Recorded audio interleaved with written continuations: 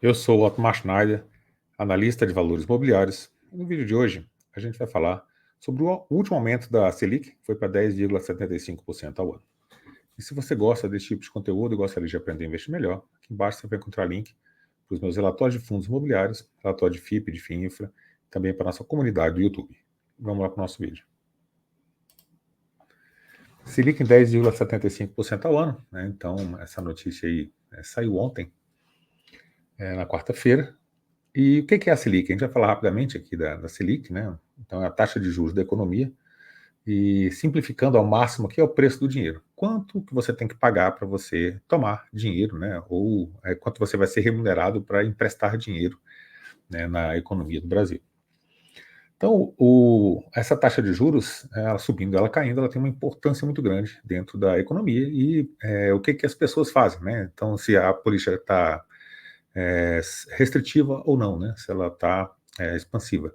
Então, se a gente tem aumento de taxa de juros, a gente está tentando conduzir a política monetária para que ela seja uma política restritiva.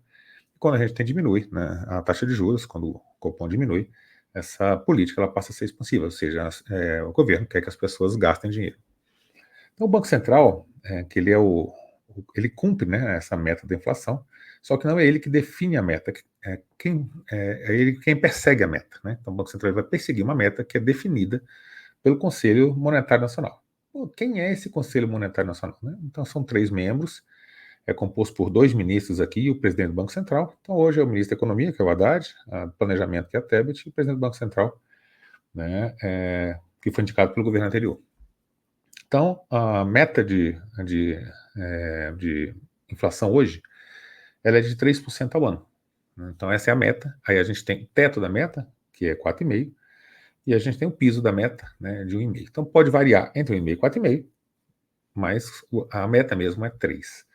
E aí aqui, eu trouxe uma figura para mostrar quais são, né, quais foram essas inflação e a meta dela ao longo do tempo. Então, a gente começa aqui em 99.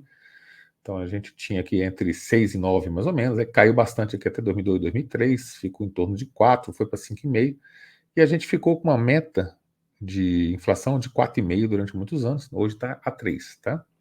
E podia variar de 2,5 a 6,5, né, com a meta de inflação a 4,5. Hoje pode variar de 1,5 a 4,5, com a meta de 3. Então a nossa meta de inflação ela está mais baixa, né, não é mais 4, 4,5, hoje em dia ela é 3.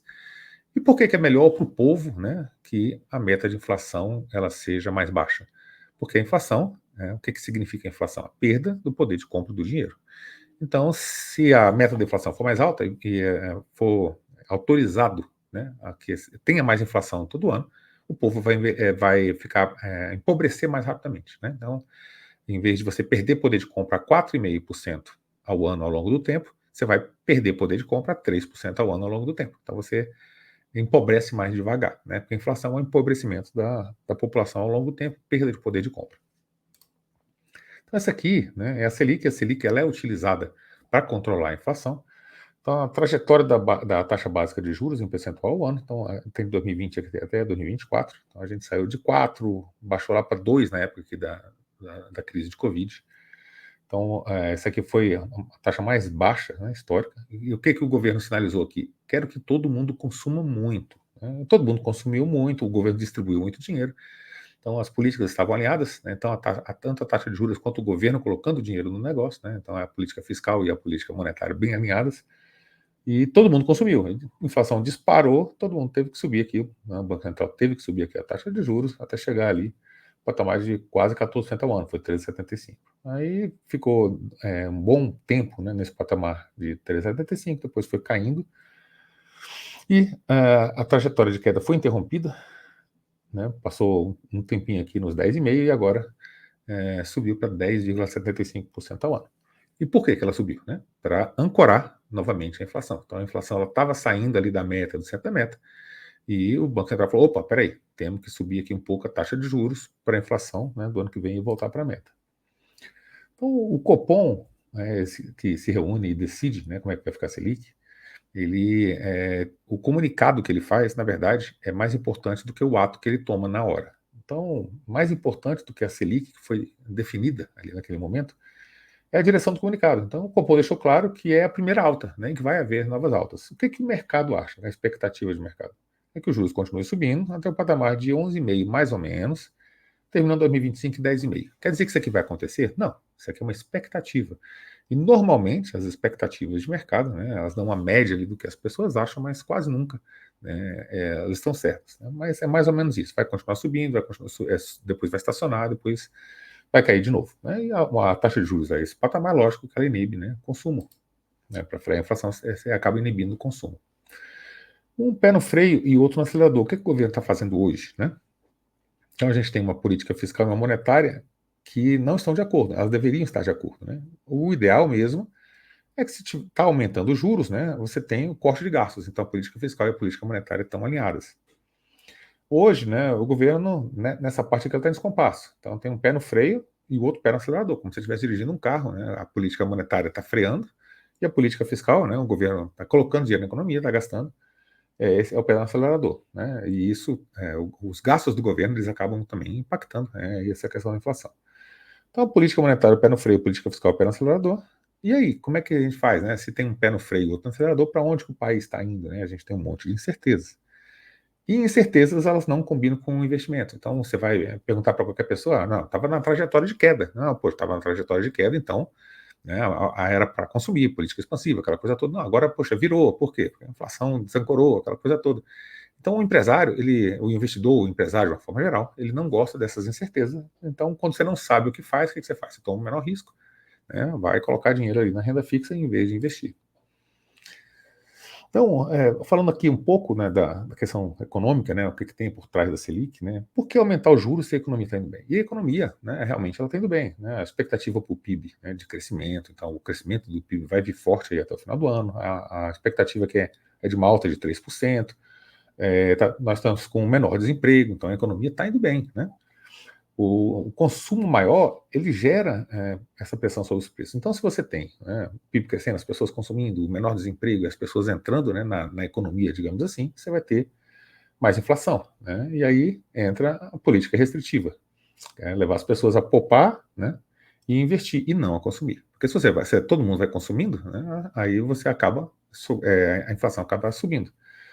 Então, o crédito hoje, com essa taxa de juros, fica caro, e investimentos, né, com alta remuneração. Então, se você vai tomar dinheiro emprestado, você não toma agora, porque o crédito é muito caro.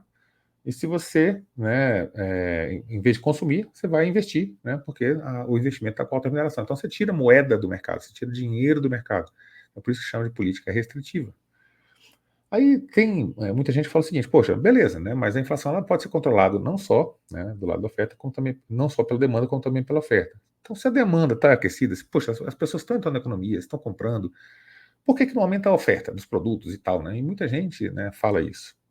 E qual que é o grande problema? Quem vai aumentar a oferta de produtos e serviços, né, de indústria são os empresários. O empresário, ele não gosta de incerteza.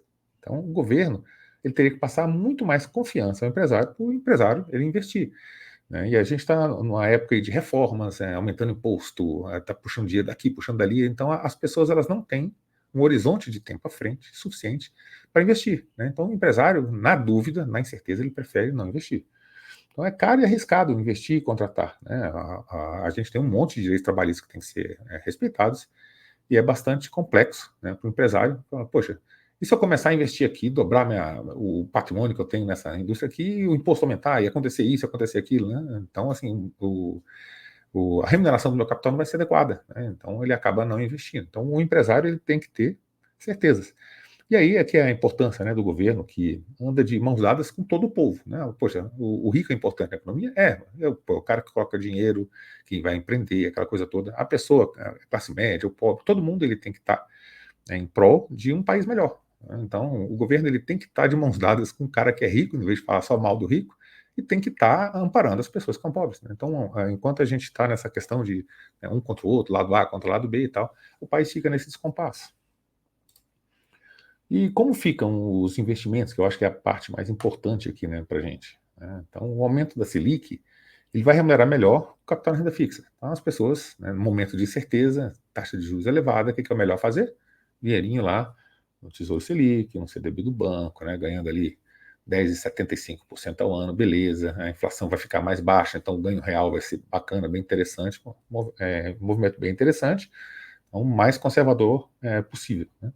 Então o preço do dinheiro mais alto, a taxa de desconto também, né, mais alta. O que acontece? Quando você tem uma Selic muito alta, a taxa de desconto dos ativos, que você traz o preço deles a valor presente, né, os fluxos de caixa que esse ativo vai ter no futuro, você traz isso para valor presente, e vai ser um valor presente menor. Então você tem uma desvalorização de ativos reais e ativos financeiros. Então a Bolsa de Valores como um todo, né, se você continua subindo uma taxa de juros, ela vai sofrer. Então, dentro dos fundos imobiliários, o fundo imobiliário indexado aqui ao CDI+, vai se beneficiar. Então, você tem um CDI mais alto, você tem maior distribuição do fundo imobiliário de papel indexado ao CDI. E o indexado ao IPCA+, né, você vai ter diminuição dos rendimentos. Mas se você tem mais taxa de juros mais alta, é justamente para frear a inflação. Então, você vai ter inflação menor. Se o componente, né, desse FII de papel é IPCA mais taxa, e o IPCA vai vir menor, lógico, a remuneração também vai vir menor. Né? E o tijolo? O tijolo vai estar com o mesmo rendimento ali do aluguel, aquela coisa toda, só que vai ter uma marcação a mercado negativa. Então, o patrimônio do fundo, o valor patrimonial dele deve cair, assim como das ações das empresas. Então, as ações das empresas, o preço dela no mercado secundário também, né, tende a cair. O crédito para ela vai estar mais caro, então, taxa de juros mais alta, crédito mais caro. Então, vai ter um impacto financeiro negativo, vai ter menor lucro também. Então, isso aí o mercado precifica, né, aumenta, subindo a taxa de juros, bolsa para baixo. Os imóveis, né, uma pessoa quer negociar um imóvel, eu quero comprar um imóvel. A taxa de juros está subindo, o meu crédito está mais alto. Eu vou comprar ou não? Né? Eu não vou comprar. 90% das vendas são financiadas. Né? A pessoa não tem o dinheiro todo do imóvel. Então, o preço do imóvel também tende a cair. Então, a economia, né, de uma forma geral, ela fica restritiva. Né? Você tem aumento de taxa de juros, ela fica restritiva. Então, ela vai remunerar bem quem deixar o dinheirinho guardado ali na renda fixa, aquela coisa toda, os ativos de renda variável vão cair. Quer dizer que eu não devo, né, investir em renda variável? Não, muito pelo contrário. Você prefere comprar o que está na alta ou o que está na baixa. Né? Então, esses momentos em que os ativos reais, né, eles estão em queda, você acaba comprando ativos, né, bolsa de valores, fundos imobiliários, ações, diversos ativos com preço muito mais em conta. Então, o melhor momento para você comprar renda variável é quando ela está em queda. Até quando vai cair? Não sei, ninguém sabe. Né? Então, o futuro só pertence a Deus, a gente não tem nenhuma condição de adivinhar o que vai acontecer no futuro, e é por isso que a gente vai comprando. Então, comprando renda variável justamente nesses momentos, né, de crise. E o Brasil é um celeiro fantástico, maravilhoso aí de crises, que você pode estar sempre comprando ativos com excelente preço. Né? A Bolsa brasileira, como o pessoal fala, né, ela está sempre barata. Por quê? Porque a gente está sempre em crise. Esse é um retrato histórico do Brasil. Em compensação, ativos que geram renda, né, você consegue comprar uma renda muito elevada com preço muito mais baixo que você não conseguiria em outros países do mundo. Né? Você vai comprar uma ação nos Estados Unidos, 2, 3% de yield, você vai comprar um REIT lá, 2, 3, 4%, né? Aqui é 7, 8, 9%. Né? Então a gente tem esse spread maior do que, a Bolsa Americana, porque justamente a gente tem também um risco muito mais elevado do que, né, a Bolsa dos Estados Unidos. Então é isso que a gente tinha para o vídeo de hoje. Eu espero que vocês tenham gostado do vídeo. Gostou do vídeo? Deixa seu like, se inscreve no canal, deixa um comentário aqui embaixo. E aí, já sabia dessas coisas todas? O que você está achando dessa nova subida aí da taxa Selic? Deixa um comentário aqui embaixo, eu gostaria de te ouvir. Muito obrigado por ter assistido esse vídeo e até o nosso próximo vídeo.